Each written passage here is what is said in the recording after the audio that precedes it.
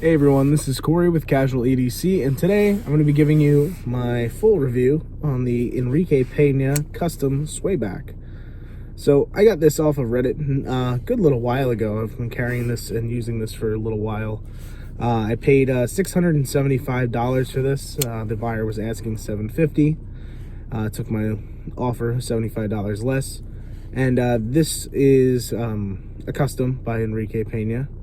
I don't know exactly where I was going with that sentence, so I'm glad I found something to say. These retail, was where I was going with this. These typically retail for around $900 or so. Crane's Cutlery sometimes has them for less, but they lottery them off in their Facebook group. You can see just the amazing custom work done with this between the shield inlay, the two micartas, the white liners that travel all the way down. You can barely see them next to the actual liners there, but they do travel all the way down. It's in 154 cm. This is a liner lock. This does have a hollow grind on it, which is fairly nice. It's not as good as the, I don't think it's going to show up really well. It's not as good as the X Series hollow grind is, but this does have a thinner blade stock than the X Series that Rayot has been making for Peña. So this cuts just about the same as the X Series version, which cut phenomenally. There's a video up on the channel from a long time ago, I guess from probably a year and a half ago, where I give my full review of the X Series Swayback, and largely my opinions stay the same. I haven't watched that video to confirm that, but I know I liked that knife before, and I know I really like this one. Swaybacks aren't for everybody due to the fact the handle's the wrong way. It swells in towards your palm opposed to away, where you'd think that's the typical shape. If you hold it like this and ignore the grind, it kind of just looks like like a GEC 71, I think, the Farm and Field, like your typical sod buster type of pattern.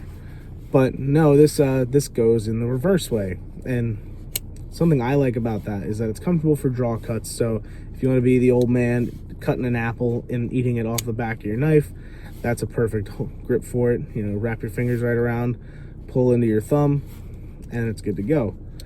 These are also great for whittling, believe it or not. If you want to get in on some wood, you can tuck this back into that palm swell in the hand, right in this area, really get up on the spine, and then this comes to such a thin, acute point that you can really do some nice, precise work with this.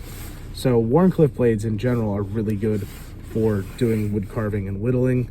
This is certainly no exception. I don't whittle for artistic purposes, but I do like to carve things every once in a while, like patterns and stuff like that, just for fun, and like a stick that I find in the yard, whatever it might be.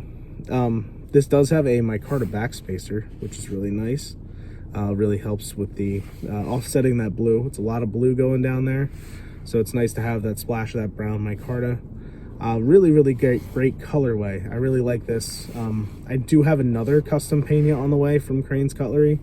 The one that's coming is a Zulu with green micarta scales and the same kind of brown micarta on the bolster. So I'm really excited to get that in because it's my second custom Peña.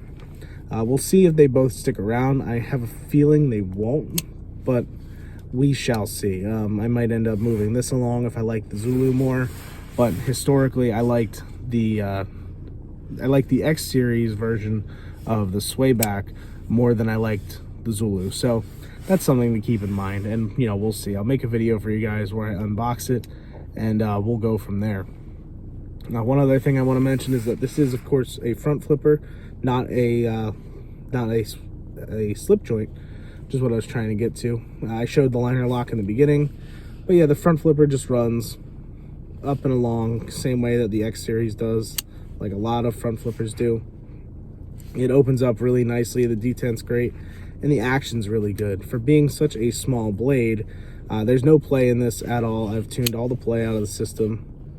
This is just really nice, and the hand satin that Enrique did to this is really good. It's got some nice shine to it, and it's holding up pretty well. It's got some light scratches from use, but nothing crazy. And you know, it gets used. I use my knives. I don't abuse my knives at all, but I use them all. So having some scratch marks does not bother me in the slightest. But yeah, really great knife. If you don't have the money to pick up a custom, the X series will always do you really well. You're not going to be disappointed by them. Rayon made, so you know they're coming out of a good OEM. But these customs are on another level, and you will certainly be seeing more of these, more Enrique customs when the Zulu comes in. So I'm gonna wrap it up here because I have a train to catch to get to school. But that's yeah, if you guys have any questions, leave them down below. And if if you like the video, feel free to like and subscribe. I don't normally say that, but I'm saying it today. So thanks for watching, and have a great rest of your day. Take care.